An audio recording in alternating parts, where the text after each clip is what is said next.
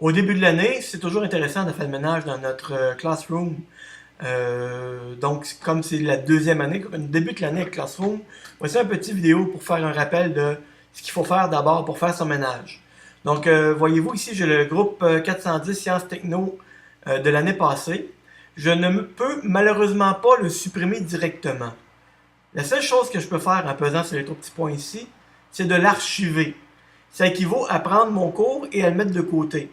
Tout ce qui est archivé peut être utilisé.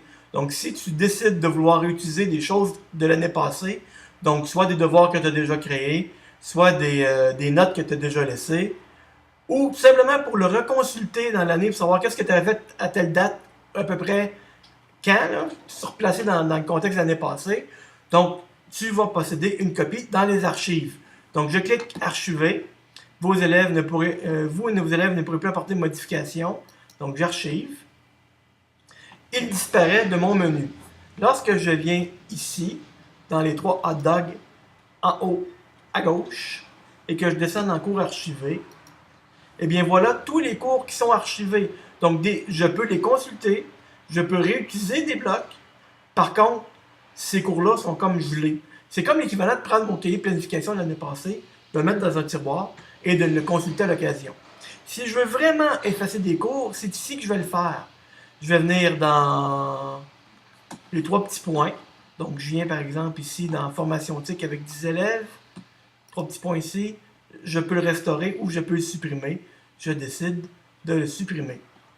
Voilà. C'est irréversible et tout sera supprimé.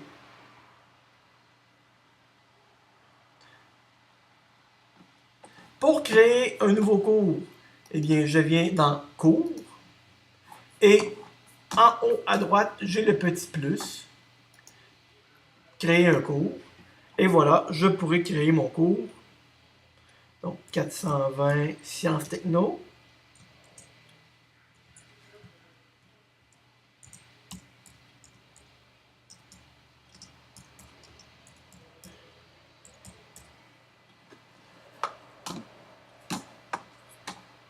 Créer.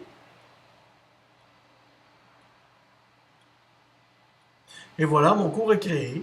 Je pourrais, si je veux, donner à mes élèves le code qui apparaît ici pour qu'ils s'inscrivent à mon cours.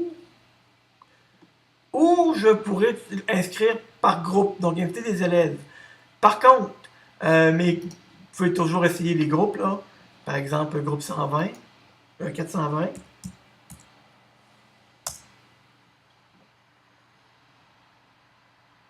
Le groupe 420, il est là.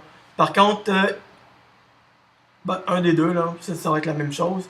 Par contre, les groupes dans la base de données de Google sont pas tout à fait à jour. En fait, ils sont à jour, ils datent du mois de juillet. Tous les mouvements d'élèves qui ont été faits à partir de juillet n'ont pas été ajustés encore dans les groupes. Donc, c'est pour ça que je vous conseille plutôt d'utiliser le code pour inscrire vos élèves à Classroom.